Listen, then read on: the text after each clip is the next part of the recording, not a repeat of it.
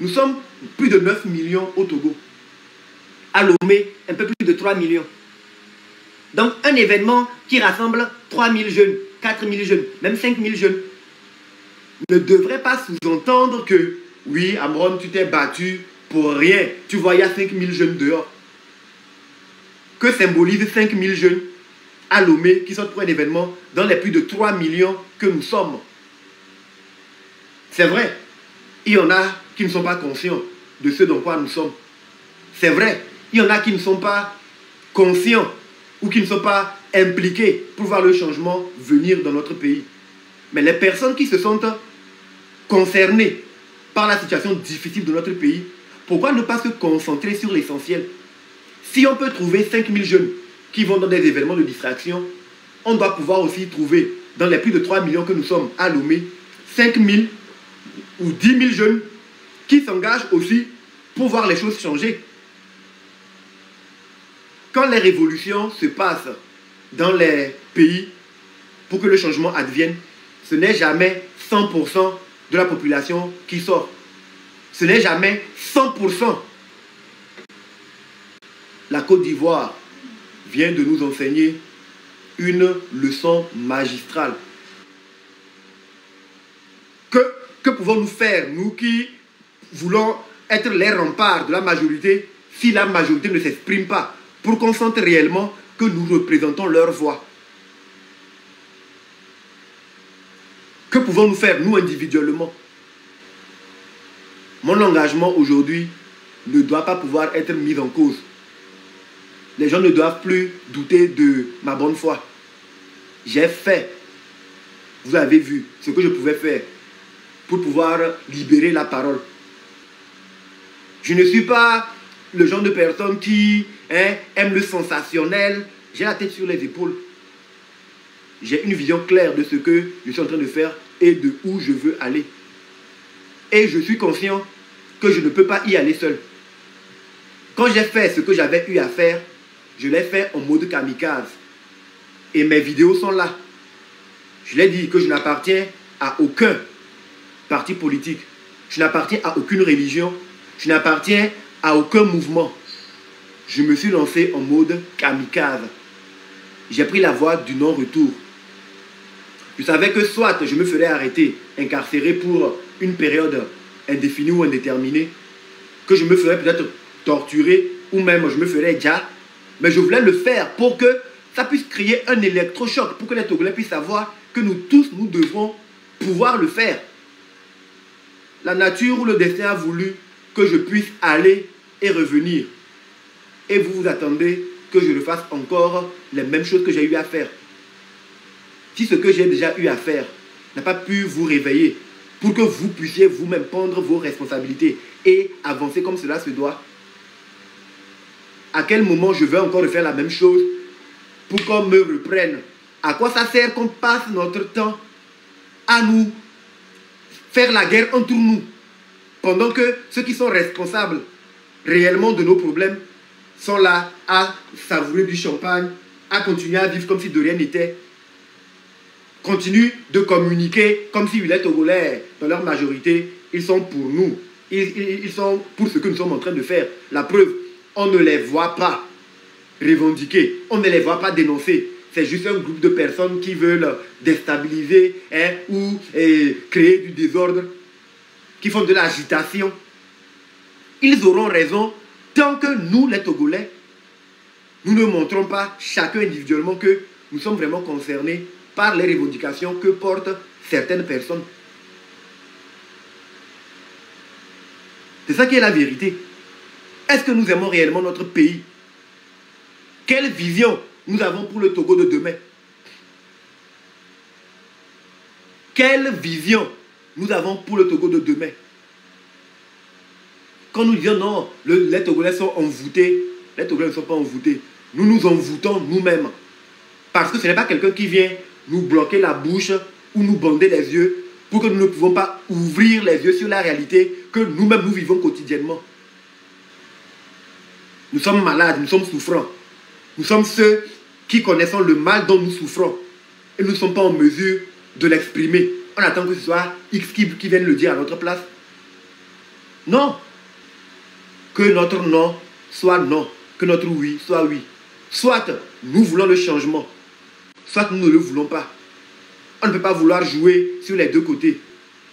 Depuis combien de temps on est en train de crier pour Internet? On va encore dire que c'est politique. Aujourd'hui, au XXIe siècle, où le monde est connecté, regardez la qualité du service Internet qu'on nous offre. Et les gens ne sont même pas en mesure de le revendiquer. Et nous nous plaignons de qui? De quoi? Pourquoi nous voulons juger des gens quand nous-mêmes, nous sommes complices de la corruption par notre silence?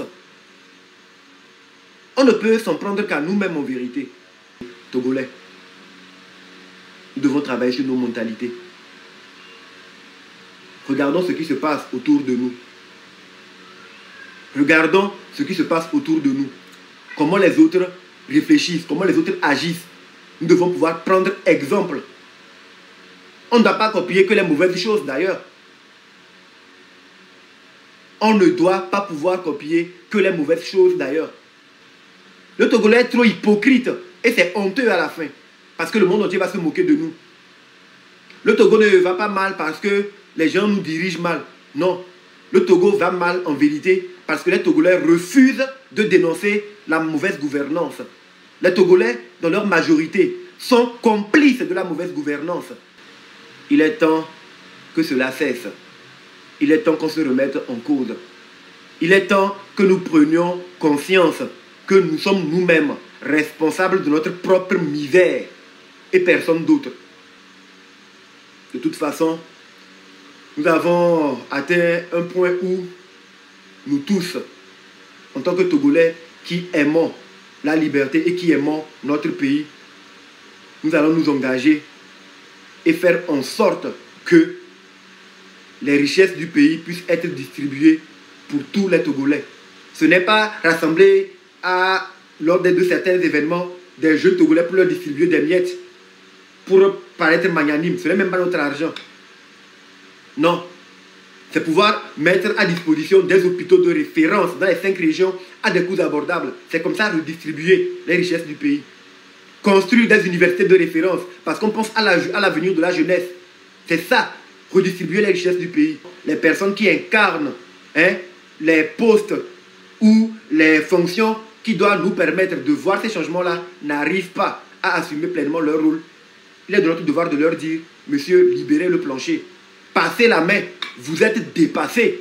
Et ça, ce n'est pas faire offense à qui que ce soit. Peut-être qu'il y a d'autres hobbies, d'autres plaisirs qui intéressent plus ces personnes-là. Elles sont libres d'aller s'occuper plus de cela. Mais il est important pour nous, les Togolais, de voir notre pays évoluer. Challenger les pays voisins. C'est de ça qu'il s'agit. C'est de cela qu'il s'agit. Ceci dit, je profite de l'occasion pour passer un message aux dirigeants de l'AES, à savoir Assimi Goïta, M. Tiani et M. Ibrahim Traoré.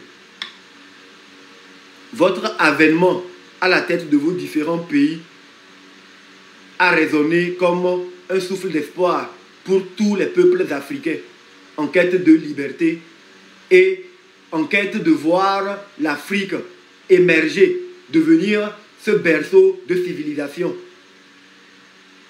qu'il était. Votre avènement à la tête de vos différents pays a résonné comme un écho favorable auprès de tous les peuples africains qui subissent les affres de la mauvaise gouvernance, les injustices.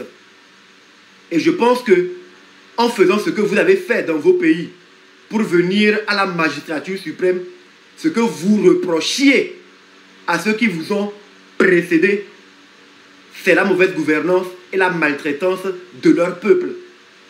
C'est parce que ces personnes s'occupaient beaucoup plus de leurs intérêts personnels plutôt que de l'intérêt de leur population. Ces personnes défendaient l'intérêt des, entre guillemets, occidentaux au détriment de leur peuple. C'est sur ces bases-là que vous avez pris les devants pour dire non, nous voulons défendre les intérêts de nos populations. Votre action était pour nous peuple africain, des graines que vous étiez en train de semer pour qu'une nouvelle Afrique, avec de jeunes leaders, avec d'autres visions, puisse naître, pour que l'Afrique puisse retrouver vraiment sa souveraineté. Quand vous avez pu quitter la CEDEAO pour former l'AES, c'est parce que vous avez jugé que certains dirigeants de la CEDEAO ne défendaient pas l'intérêt des peuples, que la CEDEAO n'était plus la CEDEAO des peuples, mais un consortium de chefs de l'État, de chefs d'État plutôt, qui se battaient pour leurs intérêts personnels. C'est comme ça que vous avez fustigé le positionnement de la CEDEAO vis-à-vis de vous, que la CEDEAO était en train de prendre des sanctions pour suffoquer, pour empêcher vos peuples de respirer. Mais aujourd'hui, on remarque que, au nom de vous, vos intérêts personnels, vous fermez les yeux sur le malheur de certains peuples. Parce que peut-être vous avez des intérêts directs ou vous avez de la redevabilité envers certains dirigeants au détriment de l'intérêt de leur peuple. Où est la différence entre vous et les personnes que vous critiquez hier comme étant les représentants des puissances occidentales, quand vous, aujourd'hui, vous défendez vos intérêts personnels en n'osant même pas dire ouvertement que non, nous voulons une Afrique nouvelle. Nous voulons une Afrique où tous les peuples sont mis en avant plutôt que l'intérêt des dirigeants. Nos espoirs en vous placés sont en train de s'évaporer jour après jour.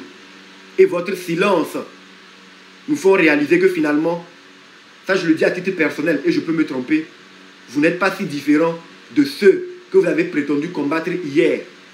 Parce que vous n'êtes pas là pour voir une Afrique nouvelle émerger. Vous n'êtes pas là pour voir la jeunesse africaine prendre ses responsabilités et briller dans le concert des nations. Mais vous êtes là pour vos intérêts personnels, soi-disant intérêts de vos peuples. Je pensais que vous étiez les leaders qui permettiez ou qui permettraient à une nouvelle Afrique de naître. Par votre leadership, vous saurez être impartial pour faire en sorte que tous les dirigeants avec lesquels vous aurez à collaborer, ces personnes puissent être dans la même logique que vous. Mais aujourd'hui, à cause d'un certain intérêt personnel, à cause de vos intérêts personnels, vous fermez les yeux sur le malheur de certaines populations. Quelle est la différence entre vous et ce que vous prétendiez combattre hier? Quelle est la différence? Finalement, c'est bonnet blanc, blanc bonnet.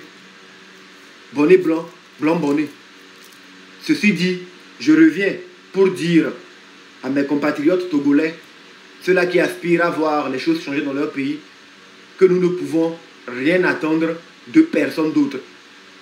Nous devons pouvoir nous-mêmes prendre nos responsabilités et dire haut et fort ce qui ne va pas dans notre pays et dire ce que nous souhaitons voir comme mode de gouvernance, ce que nous souhaitons voir comme modèle. Nous devons pouvoir le dire par nous-mêmes. Nous ne devons pas attendre quoi que ce soit de qui que ce soit.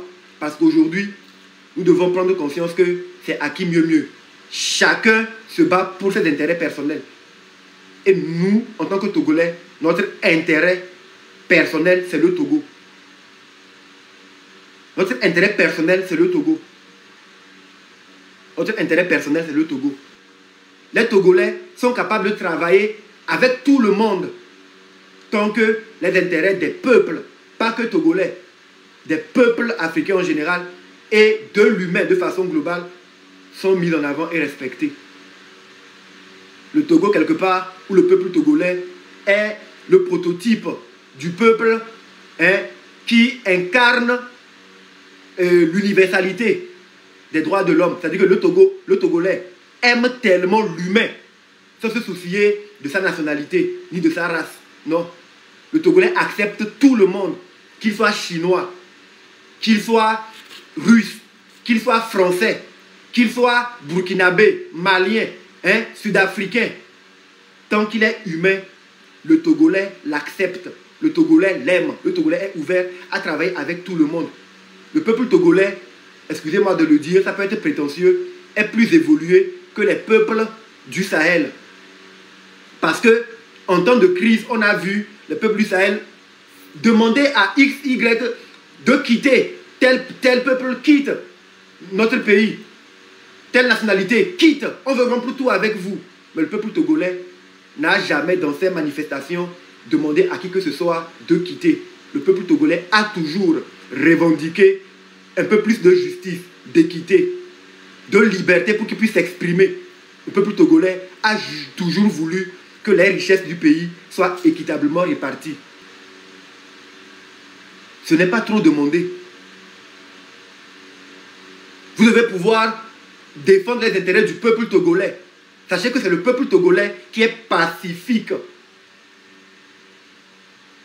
Ce n'est pas une personne qui domine 9 millions, non.